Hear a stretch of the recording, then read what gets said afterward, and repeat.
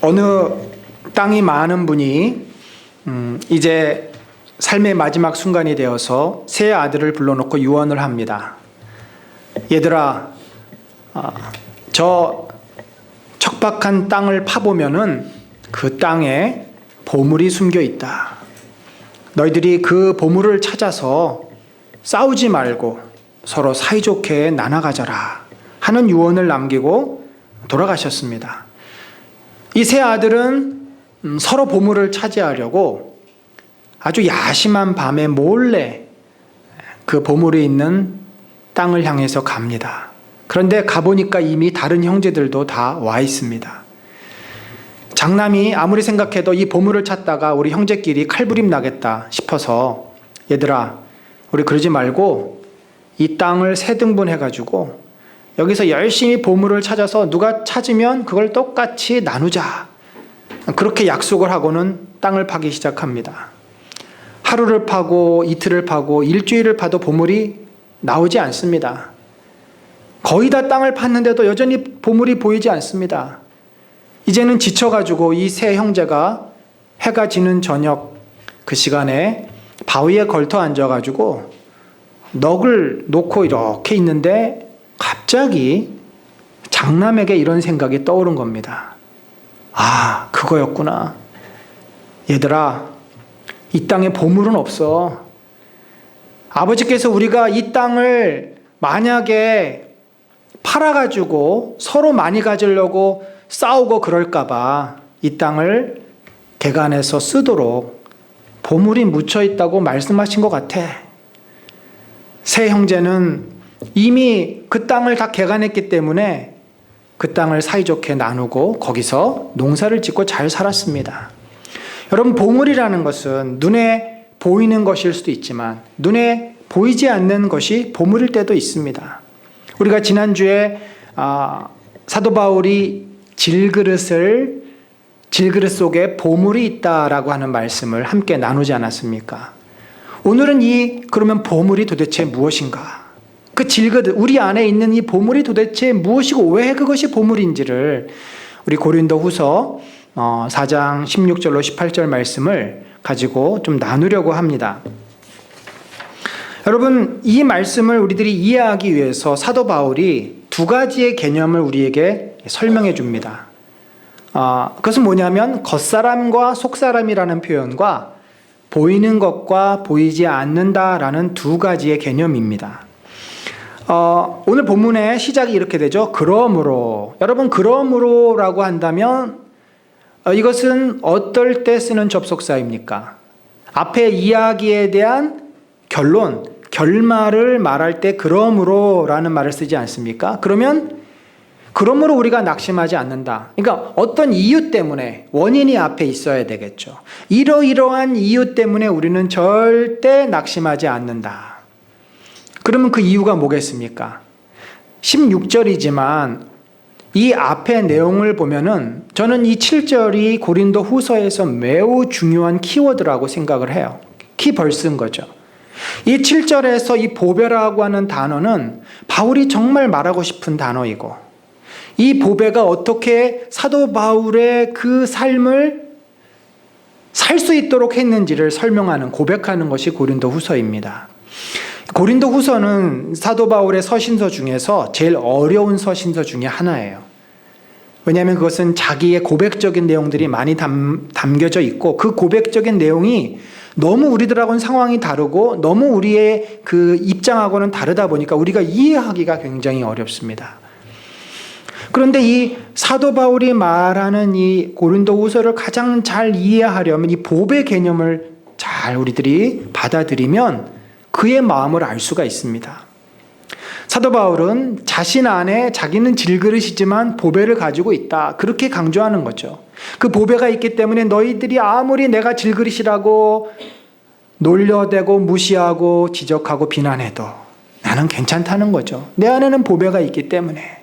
그 보배가 있기 때문에 나는 낙심하지 않는다. 그렇게 말을 하고 있는 겁니다. 그러면서 이 질그릇 안에 보배가 있고 그것 때문에 낙심하지 않는다는 말이 무엇인지를 주석하는 것이, 해석하는 것이 바로 16 이하 18절까지의 내용인 것이죠. 자, 이 말을 설명하기 위해서 우리가 겉사람과 속사람이란 단어 이제 나오는데, 여러분, 이 겉사람이라고 하는 것은 우리 겉에 보여지는 우리 아닙니까? 겉에 보여지는 자연인 몸인 거죠. 우리들이 아는 육체, 이것이 겉사람입니다. 만질 수 있는 몸. 그런데 이 몸의 특징은 어때요? 낡아진다. 이 낡아진다는 표현은 썩어진다는 표현이에요. 우리의 몸은요, 점점 늙어지고 노화가 됩니다. 그것이 하나님이 창조한 질서고 법칙이에요.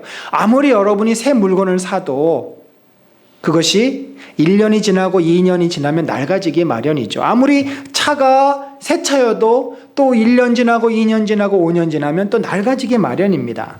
바로 이것이 하나님께서 이 세상의 창조 위에 만들어 놓으신, 어떻게 보면 인간이 타락 이후에 생긴 엔트로피, 연력학 제2법칙, 무질서도가 증가한다는 거죠. 그러니까 모든 것은 점점점 달라붙는 게 아니라 흩어져 버려요. 그게 낡아지는 겁니다. 그래서 우리 육신도 낡아지잖아요. 노화가 되잖아요. 결국은 죽음이라고 하는 문턱에 서게 됩니다. 근데 세상 사람들은 살 때 이 겉으로 보여지는 사람이 전부고 그것이 중요하다 보니까 결국은 우리가 인간이 죽음의 문턱에 서게 되는데, 이것을 잊어버리고 생각하지 않고 살다가 어느 순간 딱 그 앞에 닥치면 너무 인생이 허무한 거죠. 그래서 사람들이 술을 마시고 허물을 노래하고 그걸 낭만이라고 표현하지만 사실은 참 비참한 것입니다. 왜 선진국에 잘 사는 사람들이 자살을 많이 합니까? 인생이 허무하니까 그런 거예요. 아무리 즐기고 뭘 해봐도 허무하니까. 그러나 바울은 우리가 이 땅을 살아갈 때 이 겉사람, 겉으로 보이는 이 만져지는 이 육신, 이 단백질 덩어리가 전부가 아니라고 말을 합니다. 우리 안에는 뭐가 있어요? 속사람. 이 속사람은 우리가 구원받은 영혼이에요. 성경에서 말하는 영혼, 그것이 속사람입니다. 우리의 내면의 세계를 이루고 있는 그 영혼이 속사람입니다. 이 속사람은 구원받지 못한 사람에게는 없어요. 그들은 죽어있는, 영혼이 죽어 있습니다. 그러나 구원받은 자는 영혼이 살아납니다. 그래서 중생, 다시 태어나는 거예요. 처음에 우리들이 예수를 믿으면 우리는 어린아이로 태어납니다. 우리의 속사람이 어린아이의 영혼으로 하나님을 알게 되었지만 여전히 그 하나님을 제대로 알지 못하는 어린아이와 같은 상태. 그래서 우리들이 예수를 믿고 변화되고 자라고 이렇게 되는 건데, 예수 믿기 전에는 전혀 나에게 없었던 것이 생기는 거예요. 그것이 바로 속사람은 새로워진다. 이 새로워진다는 것은 새로운 창조를 말합니다. 바울이 에베소서에서 너희는 유혹의 욕심을 따라 썩어져가는 구습을 쫓는 옛사람을 벗어버리고 심령으로 새롭게 되어 새 사람을 입으라, 그렇게 돼 있어요. 이 새 사람이 바로 속사람이고, 새롭게 된다는 것이 속사람이 변화된다는 말입니다. 여러분, 우리가 예수를 믿기 전에 한번 생각해 보세요. 여러분이 정말 이렇게 제대로 신앙생활 하기 전에 교회를 전혀 안 나왔던지, 아니면 교회를 나왔지만 문만 왔다 갔다 했던, 그때는 그냥 뭐든지 내가 하고 싶은 대로 했건, 내가 중요했건, 내가 모든 것의 중심이었습니다.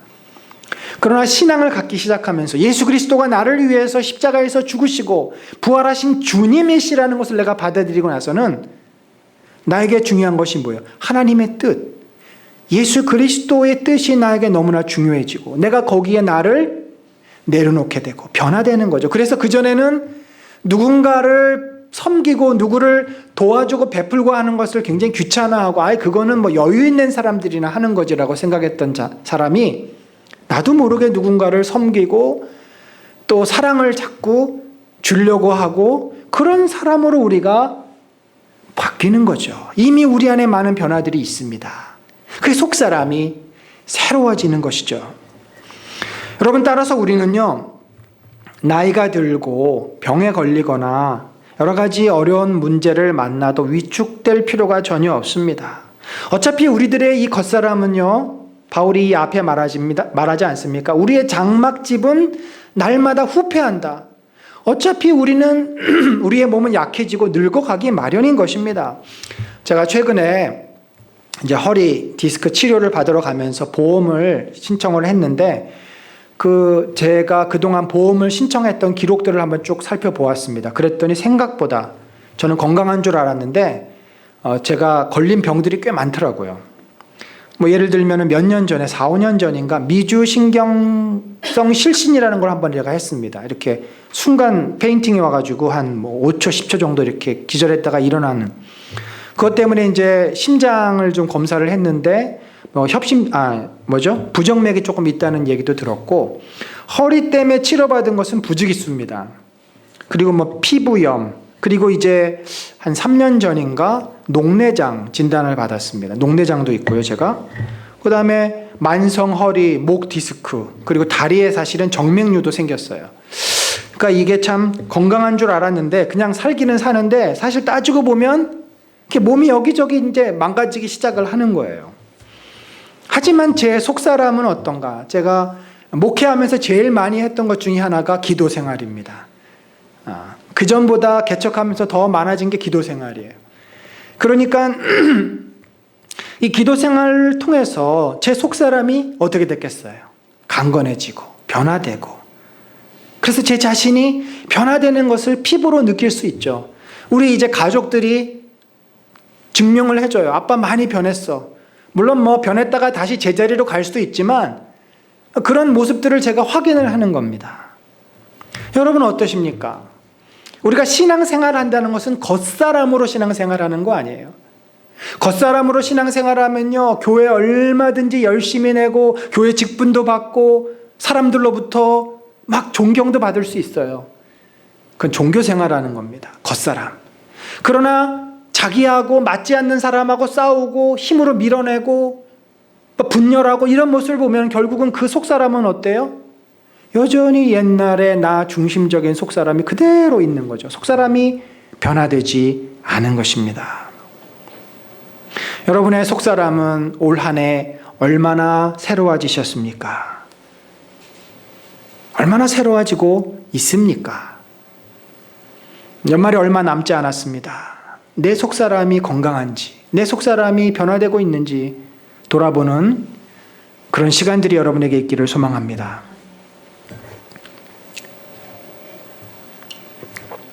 바울은 이제 이 속사람이 어떻게 되어야 하는지를 설명하기 위해서 다른 또 용어를 이제 우리에게 주는데 바로 그것이 보이는 것과 보이지 않는 것이라는 설명이에요. 자, 보이는 것은 뭡니까? 겉사람이죠. 보이지 않는 것은 속사람이에요.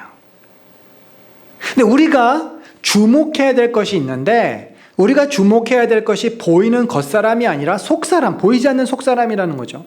사실은 보이지 않기 때문에 더 잘 봐야 되는 거예요. 그냥 스쳐 지나가면 보이지 않아요. 신앙생활이라는 것이 그렇습니다.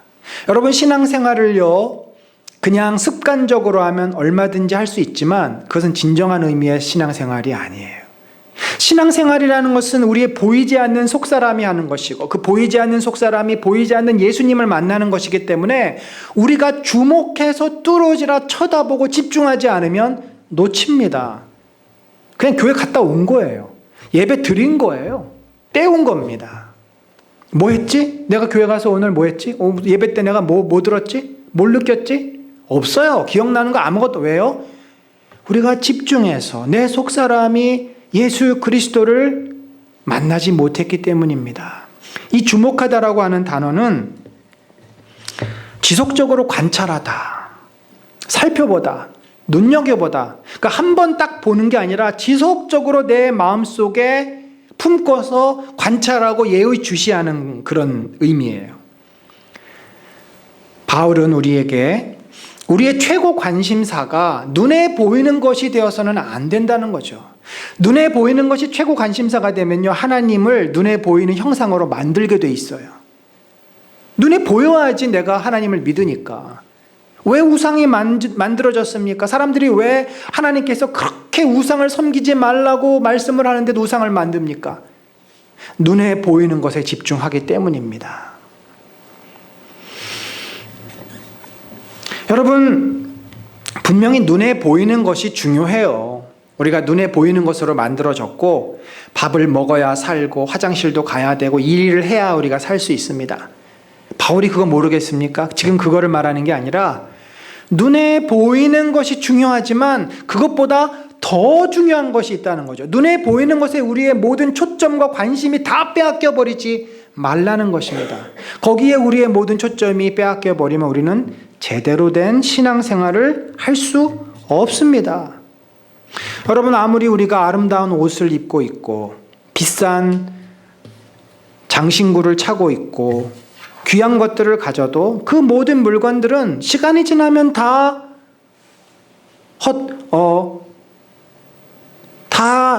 옛날 것이 되고 거들떠 보지도 않게 된다는 거죠. 그러니까 뭐예요? 보이는 것은 잠깐이라는 것이에요. 유행이라는 거 알잖아요. 저는 개인적으로 그렇게 생각해요. 우리 성도들은요, 유행을 무시해서는 안 되지만 유행에 민감할 필요는 없다고 봅니다. 유행이라는 것은 사람들이 만드는 것이고 그때그때 흘러가는 거예요. 인간의 삶 자체가 잠깐 있는 것이 너무나 많습니다. 하지만 보이지 않는 것들은 어떤 것들입니까? 우리의 영혼, 구원받은 영혼은요, 영생합니다. 눈에 보이지 않고 우리가 믿는 예수 그리스도, 하나님 다 영원하신 분이에요. 그래서 이 영원한 존재 앞에 잠깐 있다가 사라지는 것들은 비교가 안 되는 거죠. 우리가 왜 귀한 존재가 됐습니까? 원래는 잠깐 있다가 사라져야 돼요. 그런데 영원한 하나님의 자녀가 되었지 않습니까? 우리가 귀한 존재가 된 것입니다.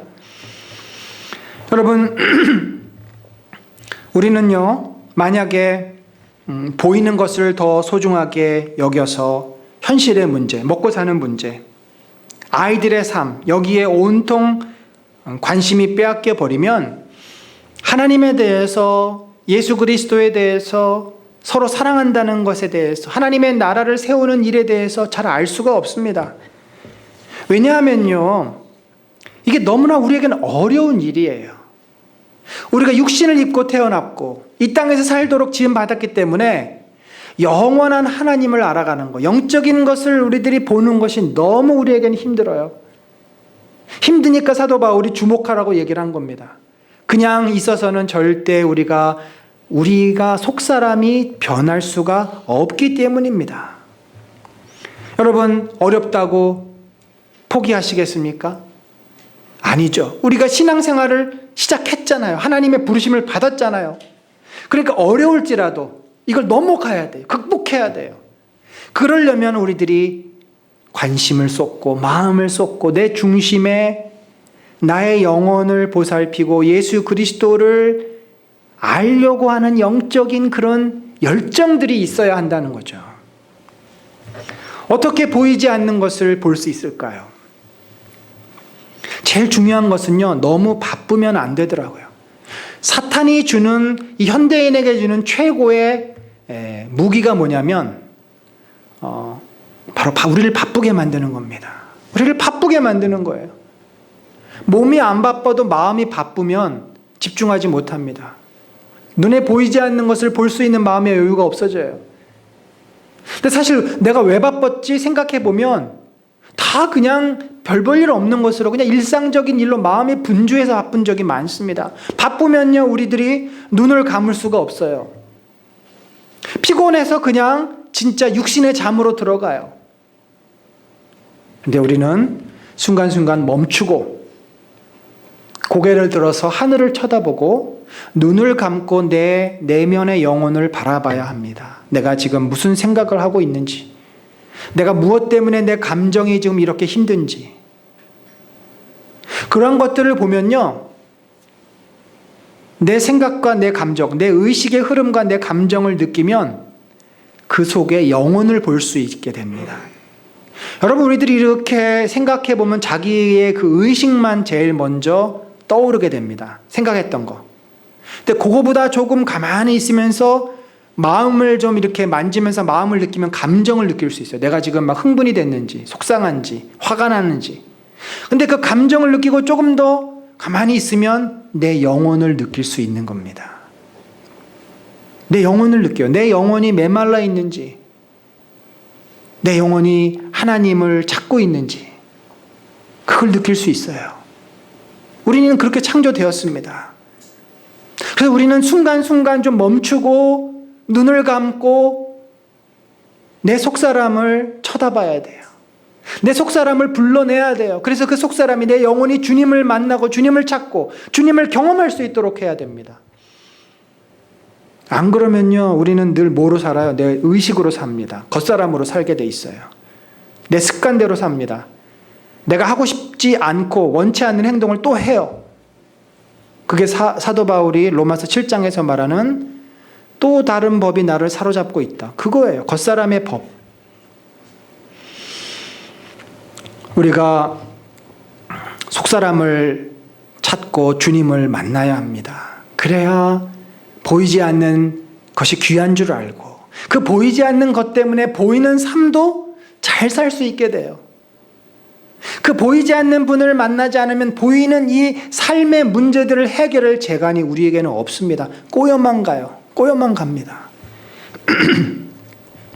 사랑하는 성도 여러분, 보이지 않는 예수를 바라보기 위해서 우리의 속사람이 이제 눈을 뜨고 그 속사람이 움직이면 우리 안에 변화가 일어나요. 여러분, 이것은 예수를 믿는 사람들의 공통적인 특징이고 이것이 진정한 의미의 신앙의 변화입니다. 사도 바울이 막 쓰는 것 같아도 늘 그의 글 안에는 문법적인 구조가 있습니다. 이 16절과 18절을 보시면 여러분이 금방 아실 수 있어요. 반복입니다. A하고 A-이에요. 패러렐 됩니다.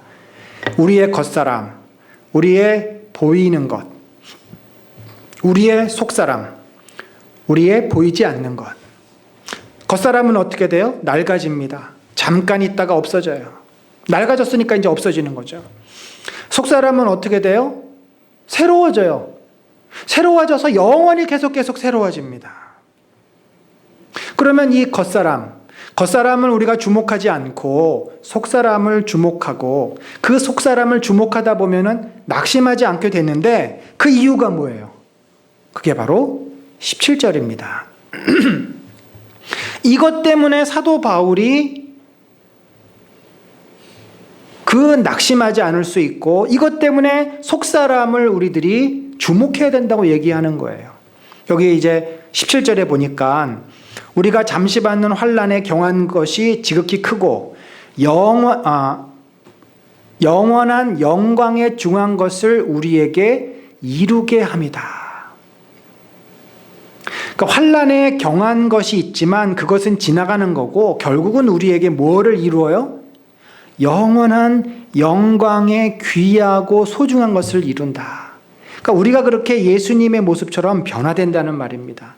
여기 이룬다라는 한 단어는 이걸 이렇게 또 이제 쉬운 성경에서는 해석해 주었습니다. 지금 우리가 겪는 일시적인 가벼운 고난은 비교할 수 없는 정도로 영원하고 크나큰 영광을 우리에게 이루어 줍니다.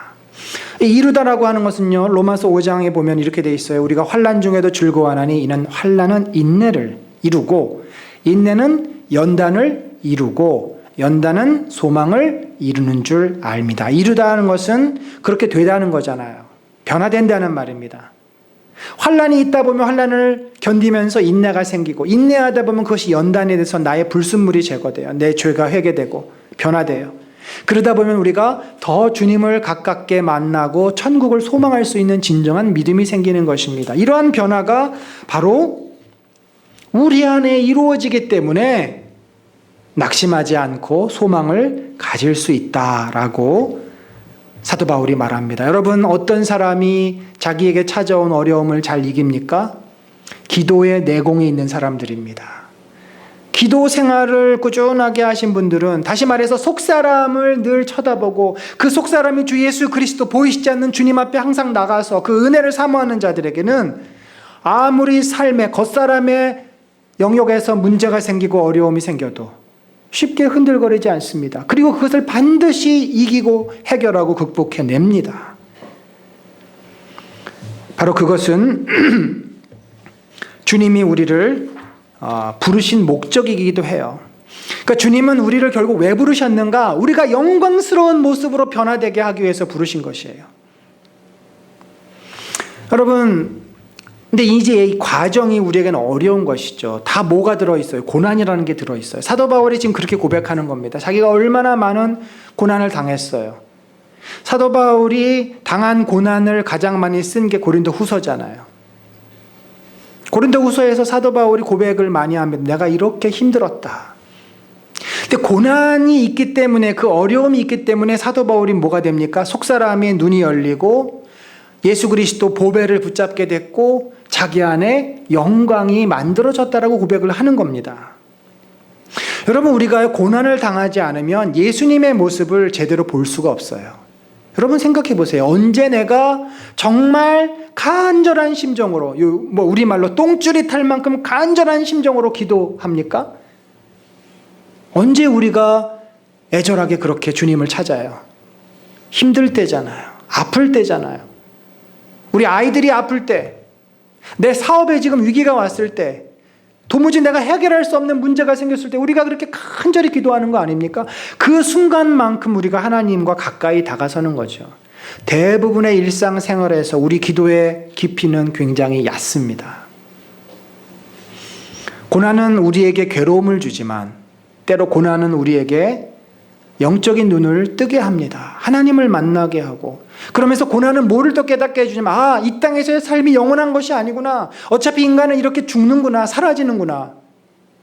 그렇지만 그 고난 속에서 주님을 만나면 바로 이 비밀이죠. 겉사람은 사라지지만 속사람이 새로워지고 속사람이 주님을 알게 되고 영광스럽게 변한다라고 하는 그 고백을 고난 중에 우리가 깨닫게 된다는 말인 거죠.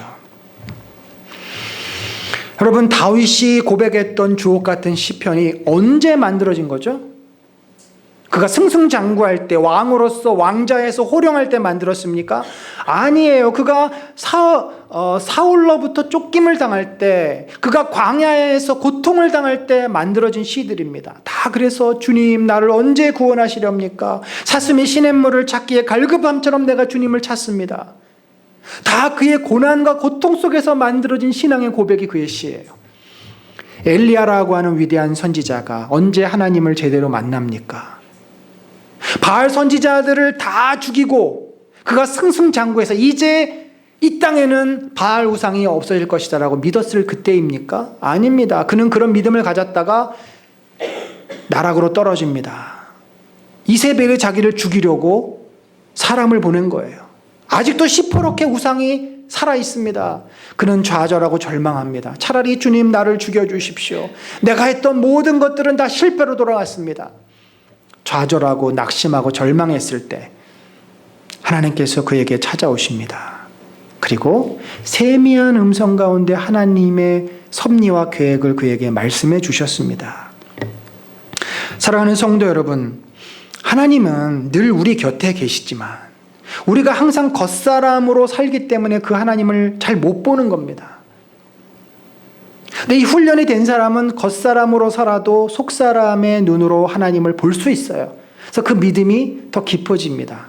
그러나 우리가 대부분은 그렇게 못 살아요. 우리의 일상생활이 바쁘고 내 관심사가 늘 먹고 사는 일에 있다 보니까, 그런데 그러다가 고난이 옵니다. 그때는 아무것도 다 필요 없어요. 내가 너무 힘들고 내 마음이 무너지고 몸이 힘들기 때문에 살려달라고 우리가 부르짖게 되지 않겠습니까? 주님 도와주십시오. 주님 붙잡아 주십시오. 바로 우리 속사람이 외치는 겁니다. 내 영혼이 주님을, 마치 다윗이 그 사슴이 시냇물을 찾기에 갈급한 심정으로 내 영혼이 주님을 부르짖고 주님을 찾는 거죠. 그때 바울이 깨달은 것이 있어요. 바울이 어떻게 그 수많은 고난을 이겼습니까? 바로 하나님께서 주시는 무기가 있었기 때문입니다. 자, 고린도후서 10장 4절을 한번 읽어봅니다. 시작.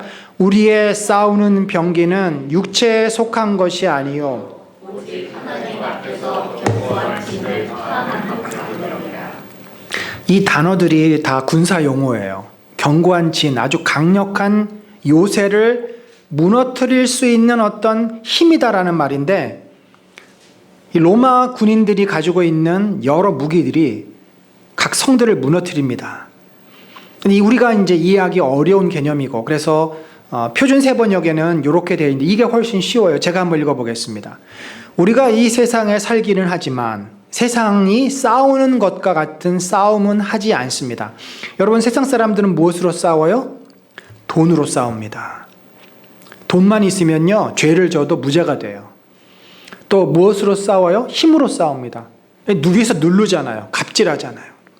우리는 그런 식으로 싸우지 않는다는 얘기죠. 사도 바울이 복음을 전하고 선교 사명을 감당할 때 그런 식으로 내가 복음을 전하지 않는다라고 말하는 겁니다.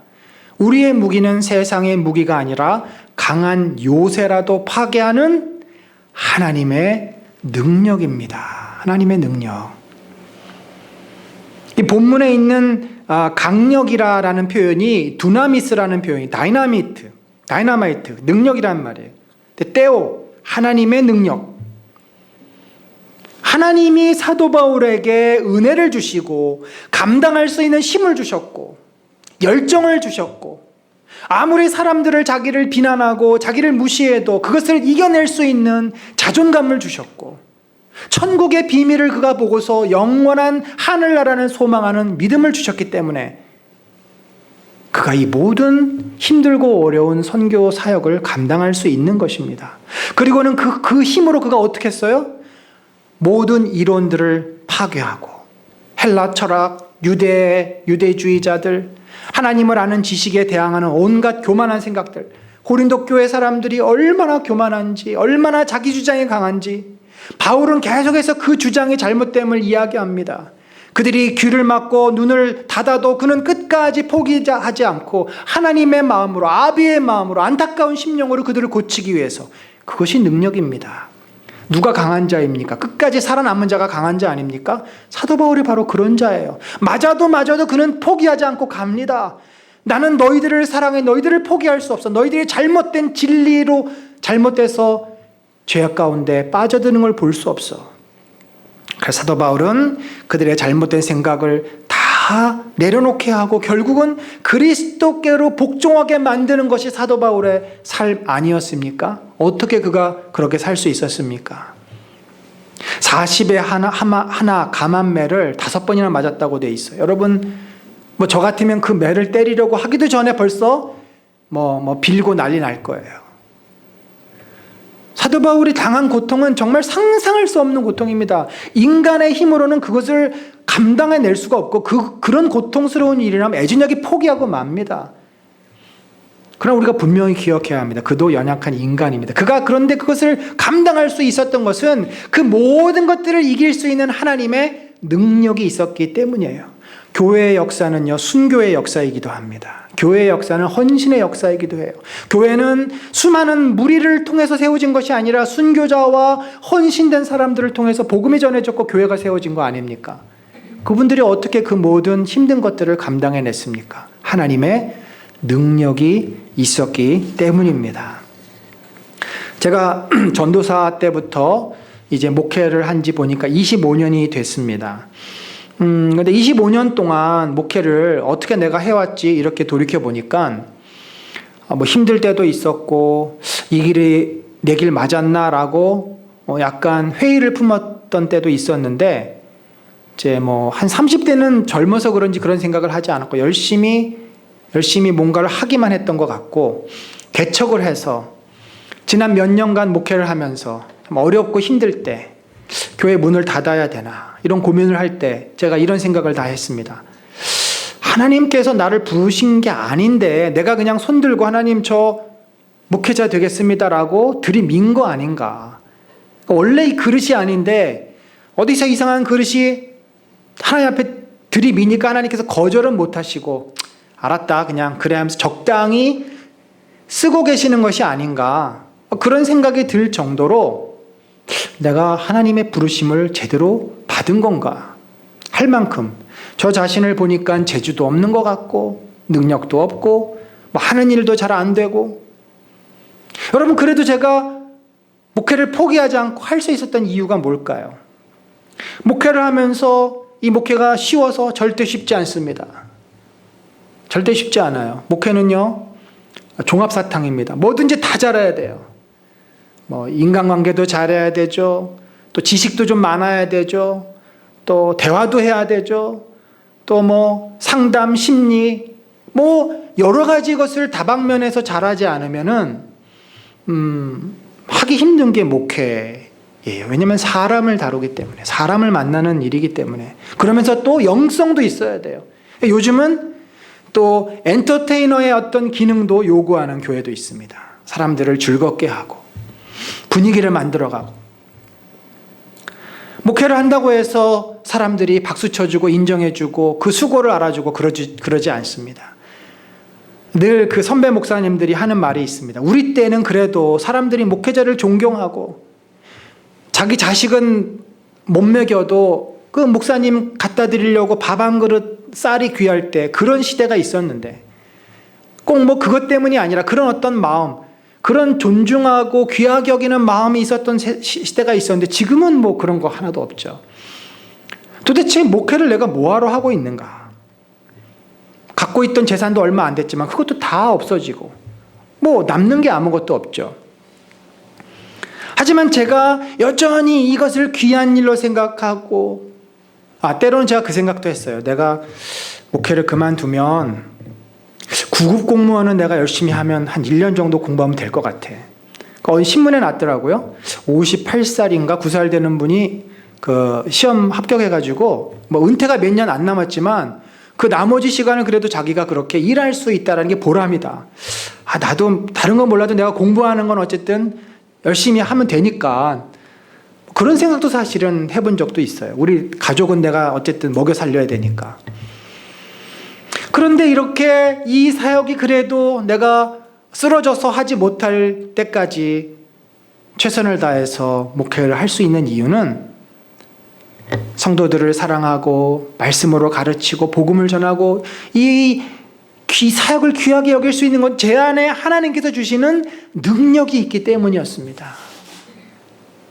그 능력은 때로 저를 위로하는 주님의 따뜻한 마음이었고, 그 능력은 때로 저를 다시금 이렇게 세운 어떤 열정이었고, 때로는 여러분을 향한 사랑이었고, 때로는 하나님 나라에 대한 분명한 소망과 확신이기도 했습니다. 하나님께서 저를 그의 큰 능력으로 붙잡고 있었기 때문에 이 목회를 소중하게 여기고 귀하게 여기고 여러분과 함께 교회를 세우는 것을 제 인생의 최고의 가치로 그렇게 받아들이면서 살고 있습니다. 사랑하는 성도 여러분,